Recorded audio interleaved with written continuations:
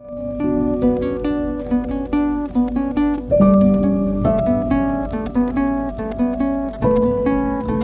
علیکم۔ شکاریات سیریز میں جو کہانی میں آپ کے لیے لے کر آئی ہوں اس کا عنوان ہے بے مثل رودات۔ اس کے مصنف ہیں محمد ناصر علی خان۔ شکار تفریح ضرور ہے لیکن بڑی ذمہ دارانہ تفریح ہے جس میں شکاری کو ہر وقت چاق و چوبند اور مستقل مزاج رہنے کی ضرورت ہے، اور سخت سے سخت آزمائشی مواقع پر بھی کبھی ہراساں پریشاں ہونا یا کسی گھبراہٹ کا اظہار نہیں کرنا چاہیے۔ یہ مواقع کبھی تو جنگل میں کسی خطرناک جانور کی تلاش میں پیش آ سکتے ہیں، یا اگر آباد علاقہ ہو تو وہاں کے باشندوں کی وجہ سے بھی پیش آ سکتے ہیں، خصوصاً آج کل جب کہ اہل سیاست کی کار فرمائیوں کی بنا پر قانون کا احترام برائے نام ہی رہ گیا ہے۔ کسی آباد علاقے میں شکار کو جانے کے لیے یہ بہت ضروری ہے کہ مقامی لوگوں سے خوب اچھی جان پہچان ہو، اور اس کا بھی خیال رہے کہ ہمراہی شکاری حضرات قابل بھروسہ اور مستقل مزاج ہوں، ورنہ کبھی کبھی ایک معمولی غلط فہمی بھی کسی بڑی آفت کا پیش خیمہ ثابت ہو سکتی ہے۔ لیکن اگر تحمل اور مستقل مزاجی سے کام لیا جائے تو حالات پر قابو پایا جا سکتا ہے، جیسا کہ درج ذیل واقعات سے ظاہر ہوتا ہے۔ رامپور کی ایک شکار پارٹی نیل گائے کے شکار کو اکثر جاتی رہتی تھی، اور ان کے بے حد اصرار پر میں چند بار ان کے ساتھ ایک مزروعہ علاقے میں شکار کو گیا تھا اور متعدد جانور شکار کیے تھے۔ جنگلات کے موجودہ ناقابل فہم قوانین کی بنا پر جنگل ریزرو کروانا اور وہاں شکار کھیلنا تقریباً ناممکن ہو گیا ہے۔ اس لیے یار لوگ یا تو مزروعہ علاقوں میں نیل گایوں کو تلاش کرتے جہاں ان کی اس قدر بہتات ہے کہ حکومت یوپی کے لیے یہ مسئلہ درد سر بن گیا کہ ان جانوروں سے کھیتی کا تحفظ کس طرح کیا جائے، یا پھر موقع ملنے پر سرکاری جنگلات میں پوچنگ کرتے ہیں جس میں انہیں محکمہ جنگلات کے قلیل تنخواہ والے ملازمین کی پوری امداد حاصل ہوتی ہے۔ اس علاقے میں جہاں یہ شکاری پارٹی اکثر کامیابی کے ساتھ شکار کھیلتی رہتی ہے، ٹھاکروں کے چند گاؤں ہیں اور ندی کے کنارے مسلمان گھوسیوں کے گاؤں ہیں۔ کافی زمین بنجر اور ریت والی ہے جس میں ریت کے اونچے نیچے ٹیلے اور ببول کے درخت ہیں۔ ندی کے کنارے مختلف قسم کی گھاس ہے۔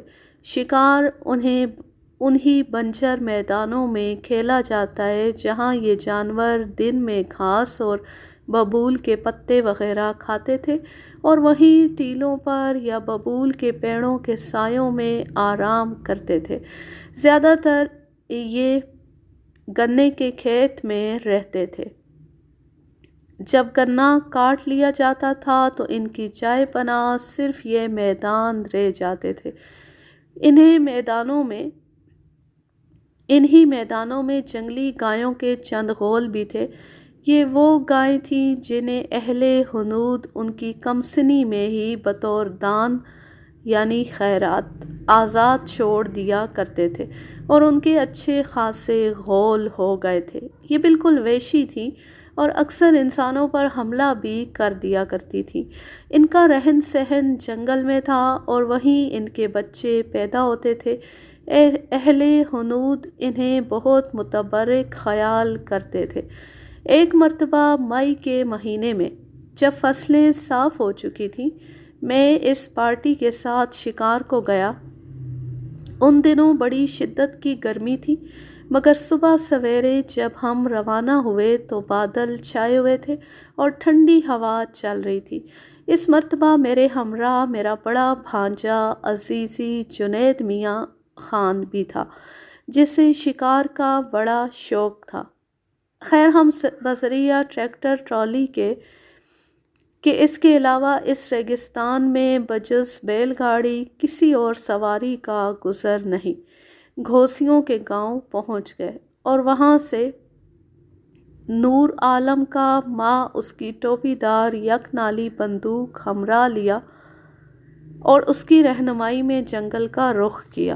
چند مقامات دیکھنے کے بعد نیل گائے کا نر یعنی نیلوں کی چند چھوٹی چھوٹی ٹکڑیاں نظر آئیں۔ اس دوران میں ہوا بند، بادل غائب اور دھوپ تیز ہو چکی تھی۔ ہم لوگ سواری سے اتر پڑے اور نور عالم کی ہدایت کے بموجب ان نیلوں پر داڑن کرنا شروع کیا۔ اتفاق سے مجھے ایک سوکھا ہوا نالا مل گیا اور میں اس میں نہایت احتیاط سے چلتے ہوئے اپنے اندازے کے مطابق سر اٹھا کر دیکھا۔ 4 نیلے کھڑے ہوئے اور کچھ بیٹھے ہوئے تھے۔ ان میں سے ایک آڑا کھڑا تھا۔ میں نے اطمینان سے اس کی بغل کا نشانہ لے کر رائفل کا فائر کیا۔ وہ کچھ اچھلا اور پلٹ کر مخالف سمت کو بھاگا۔ باقی نیلوں میں بھگدڑ مچ گئی اور جب ان میں سے ایک میری طرف بھاگا آ رہا تھا تو میں نے دوسرا فائر کیا، جس سے اس کی ایک ٹانگ ران کے پاس سے لٹک گئی اور وہ دوسری طرف بھاگ نکلا۔ نیلوں کے چاروں طرف بھاگنے سے اس قدر ریت اڑی کہ کچھ دیر تک کچھ بھی نظر نہ آیا۔ ادھر سورج کی تیزی اور گرمی کی شدت سے آنکھوں میں پسینہ بہہ کر آنے لگا، جس سے جلن پیدا ہونے لگی۔ اس دوران نیلوں پر دوسرے شکاریوں کے بھی فائر ہوئے۔ ذرا دیر میں میدان صاف ہو گیا۔ نور عالم اس ٹانگ ٹوٹے نیلے کے تعاقب میں چل دیا۔ میں اور جنید ببول کے پیڑوں کی طرف اس خیال سے چلے کہ وہاں اور شکاریوں کے ساتھ مل کر اگلا پروگرام بنایا جائے۔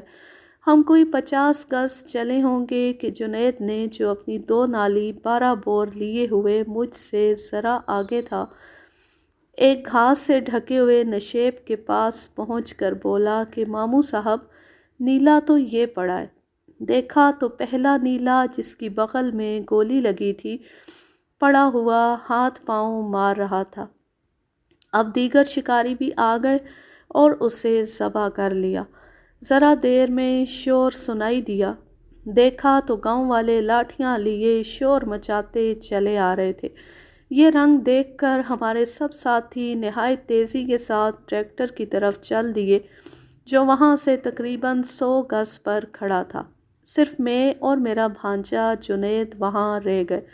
اس طرز عمل کے بعد ہمراہیوں کو آواز دینا بے سود تھا اور خدا کا نام لے کر ہم دونوں اس نشیب سے ذرا فاصلے پر ایک اونچے ٹیلے پر کھڑے ہو گئے۔ جب وہ لوگ قریب آ گئے تو میں نے کہا، کیا بات ہے؟ ہم تو اکثر یہاں آتے ہیں، کبھی کسی نے اعتراض نہیں کیا، آج یہ چڑھائی کیسی؟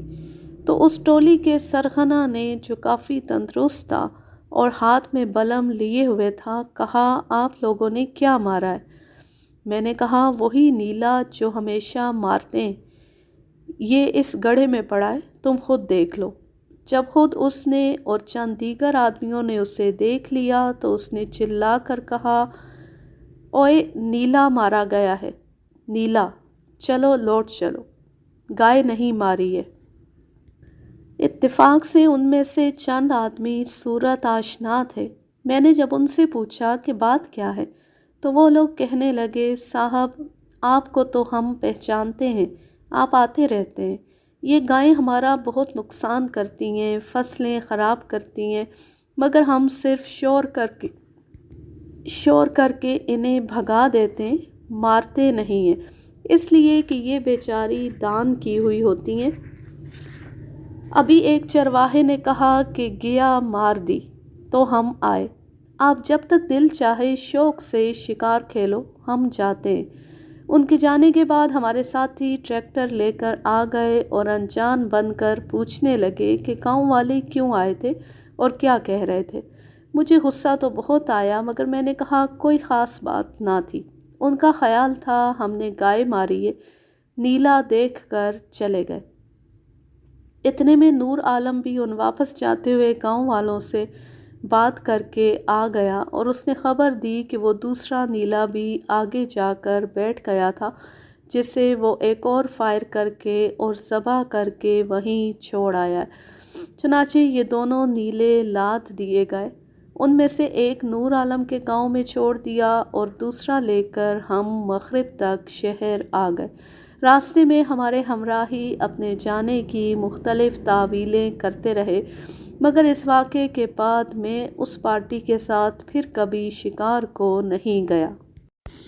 شہر رامپور سے شمال مغرب میں دریائے کوسی کے پار چند گاؤں ٹھاکروں کے آباد ہیں، جن میں دوسری قومیں اور کچھ مسلمان بڑائی وغیرہ بھی ہیں، مگر اکثریت ٹھاکروں کی ہے اور وہاں انہی کا حکم چلتا ہے۔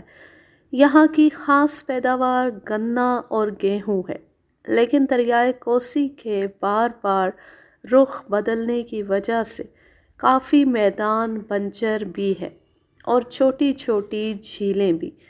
ان جھیلوں اور دریا میں آبی پرندے موسم سرما میں اچھی خاصی تعداد میں ہوتے ہیں اور گھاس میں تیتر بھی پائے جاتے ہیں۔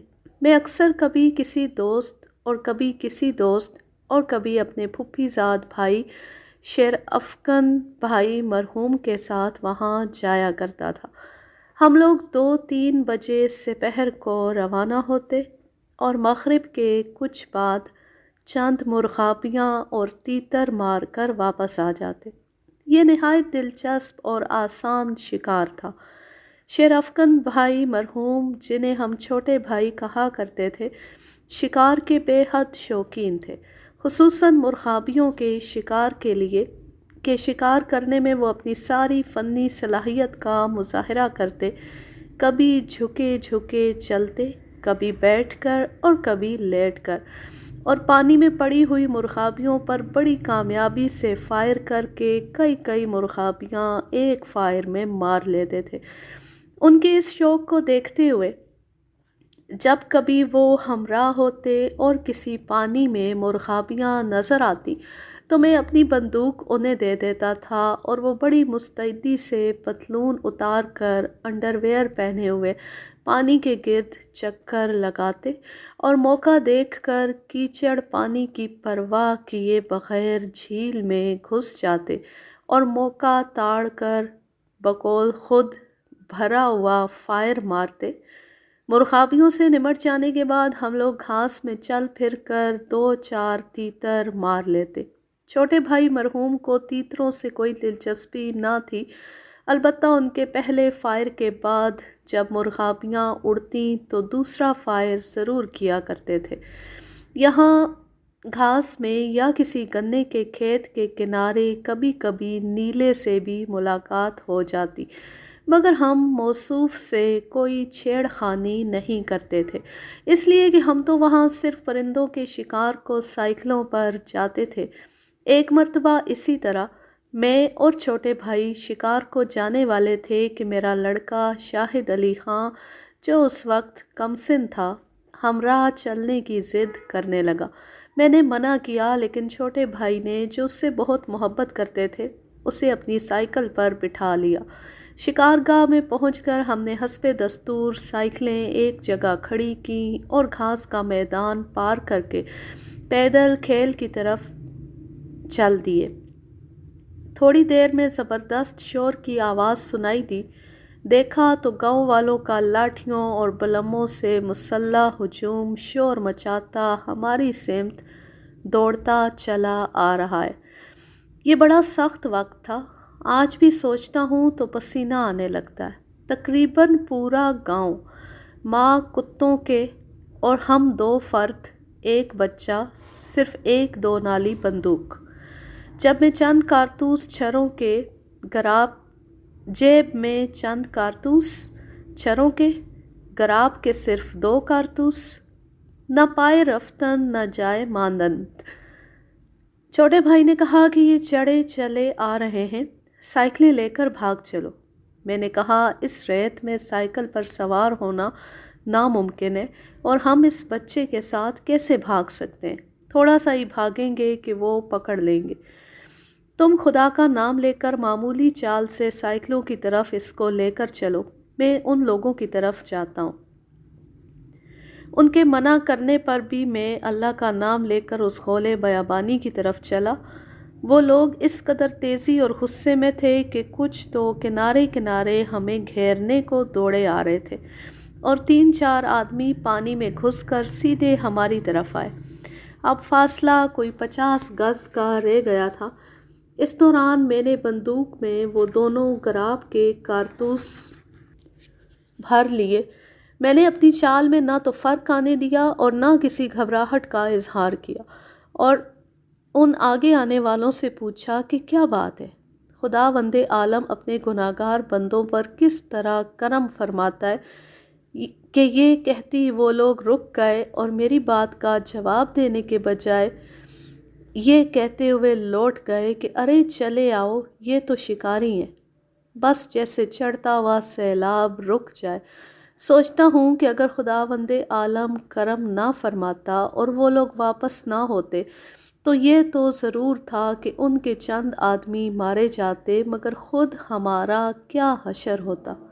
شاہد کی سمجھ میں بھی نہیں آیا کہ کیا ہوا۔ چھوٹے بھائی مصر تھے کہ واپس چلو، مگر میں نے کہا کہ خدا نے اتنا کرم فرمایا ہے، اتنی بڑی مصیبت کو ٹالا ہے، اب شکرانے کے طور پر 2-4 تیتر ضرور ہمراہ لے چلنا چاہیے۔ چنانچہ ایسا ہی کیا۔ اسی علاقے میں ایک مرتبہ اور ایک دلچسپ واقعہ پیش آیا۔ میں اور میرا بھانجا جنید خان تیتر کا شکار کھیل رہے تھے۔ ہم لوگ چند تیتر مار چکے تھے کہ اتنے میں ایک تیتر زخمی ہو کر ایک گھاس کے ٹکڑے میں گرا جو نہ اونچی تھی اور نہ زیادہ گھنی۔ ہم دونوں اس تیتر کو تلاش کر رہے تھے کہ یکا یک ہم سے کوئی گز بھر کے فاصلے پر ایک نہایت زبردست اور سیاہ نر نیل گائے اس گھاس میں سے اٹھ کھڑا ہوا، اور اتنے قریب ہونے کے باوجود اطمینان سے ہمیں دیکھتا ہوا آہستہ آہستہ چل دیا۔ جنید نے بندوق اٹھائی، مگر میں نے کہا کہ اس کا چھرے کیا بگاڑ لیں گے، بیچارے کو کیوں زخمی کرتے ہو، جانے دو۔ چنانچہ اس نے فائر نہیں کیا۔ معلوم ہوتا تھا کہ موصوف گھاس میں محو خواب تھے اور اس طرح خواب میں خلل پڑنے کے عادی بھی تھے، لہٰذا اطمینان سے بغیر ہم سے کوئی خطرہ محسوس کیے چل دیے۔ ہمارے بچپن کے دوسرے اور کلاس فیلو بھائی سلامت علی خان نہایت معقول اور پرخلوص آدمی ہیں، اور ان سے آج تک دوستی برابر قائم ہے۔ ایک زمانے میں ان کے محلے کے لوگوں کی بڑی زبردست شکار پارٹی تھی، جس کے سرخیل ہمارے بہنوئی ببن بھائی تھے، جن کا حال ہی میں انتقال ہوا ہے۔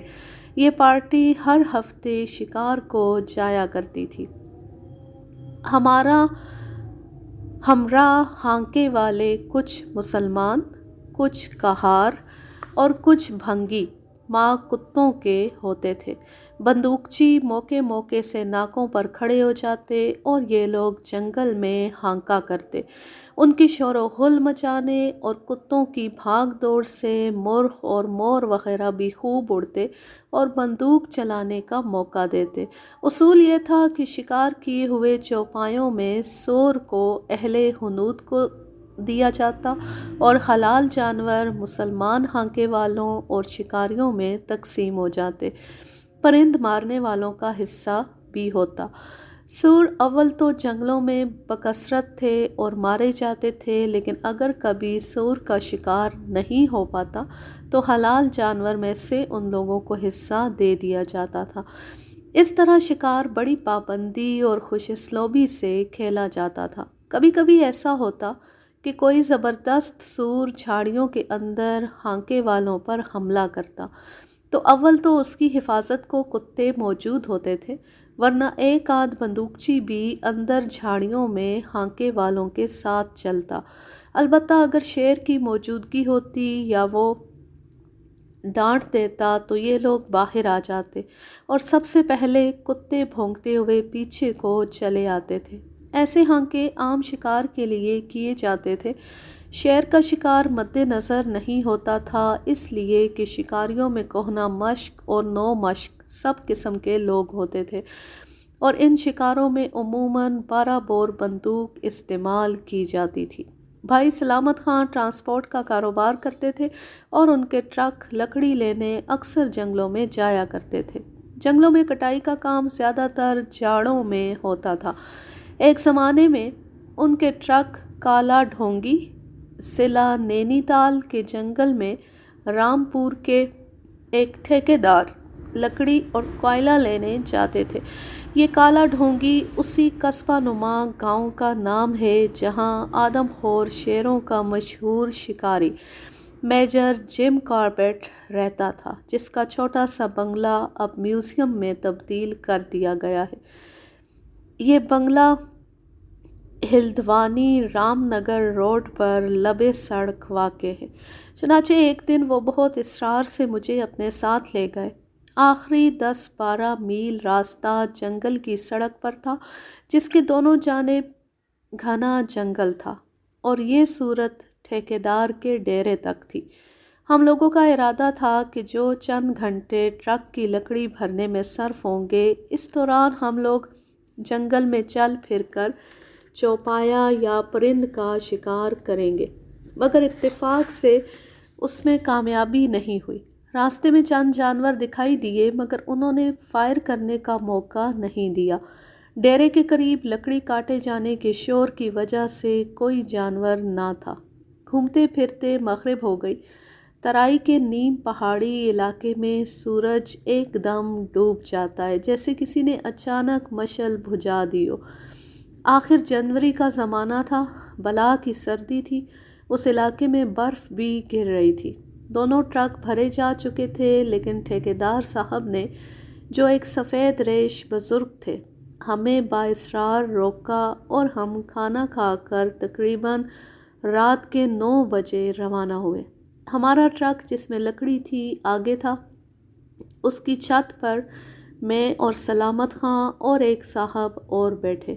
مزدور کچھ ڈرائیور کے پاس اور کچھ دوسرے ٹرک میں سوار ہو گئے۔ سلامت خان نے بندوق اچھی طرح سنبھال لی، دوسرے صاحب نے سرچ لائٹ لے لی، اور میں بیچ میں کمبل اوڑھ کر رائفل گود میں رکھ کر بیٹھ گیا۔ سلامت خان سے میں نے کہا کہ بلا کی سردی ہے، میں تو اس خیال سے آیا تھا کہ دن میں شکار کھیلیں گے اور وقت سے واپس ہو جائیں گے، مگر یہ وقت ہو گیا۔ میں تو سونے کی کوشش کرتا ہوں، تم شکار کھیلو۔ راستے میں سلامت خان نے سرچ لائٹ کی روشنی میں کئی چیتل شکار کیے، اور اب وہ بھی بندوق رکھ کر اونگنے لگے۔ جنگل کا چند میل کا حصہ باقی رہ گیا تھا۔ رات کا 1 بجا تھا کہ اچانک ارے شیر کہہ کر ان صاحب نے سرچ لائٹ بجھا لی اور سکڑ کر بیٹھ گئے۔ ان غریب کو شکار میں آنے کا غالباً پہلا اتفاق تھا، اور وہ شیر کو ٹرک کے پہیے کے بالکل برابر دیکھ کر خوف زدہ ہو گئے۔ سلامت خان نے ان کو برا بھلا کہہ کر سرچ لائٹ ان سے چھین لی۔ اس دوران میں بھی کمبل ہٹا کر رائفل ہاتھ میں لے چکا تھا۔ میرے استفسار پر سلامت خان نے بتایا کہ شیر سامنے سے آ رہا تھا۔ ٹرک کے قریب آنے پر ایک طرف کو بچا۔ میرے لیے بڑا اچھا موقع تھا، مگر اس ڈھیلے نے ارے شیر کہہ کر لائٹ بجھا دی تھی۔ میں نے کہا لاؤ لائٹ مجھے دو۔ کہنے لگے اب وہ بائیں کو گھاس میں کٹ گیا ہے، 12 اچھا کام نہیں کرے گی، میں لائٹ ڈالتا ہوں، تم مارو۔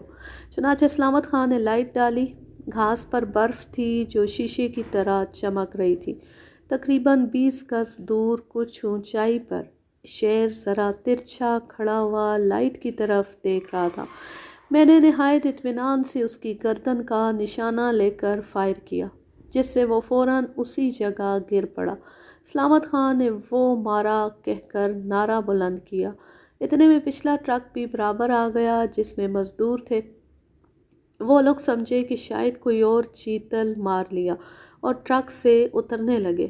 انہیں ڈانٹ ڈپٹ کر واپس کیا اور اب سوچا کہ کیا کیا جائے۔ گھاس گردن تک اونچی تھی اور ایک قدم بھی کچھ دکھائی دینے کا سوال نہ تھا، اور پھر شیر اسی گھاس میں غائب ہوا تھا۔ یہ بھی نہیں معلوم تھا کہ زخمی ہوا ہے اور اگر ہوا ہے تو مہلک زخم ہے یا ویسے ہی بھاگ گیا؟ ٹرک ڈرائیور نے کہا، میں گھاس میں ٹرک ڈالے دیتا ہوں، ابھی پتہ چل جائے گا، آپ لوگ تیار رہیں۔ اگر زخمی ہوا تو آپ لوگ دوبارہ فائر کر دیں، مر چکا ہوگا تو اٹھا کر ٹرک میں لاد لیں گے۔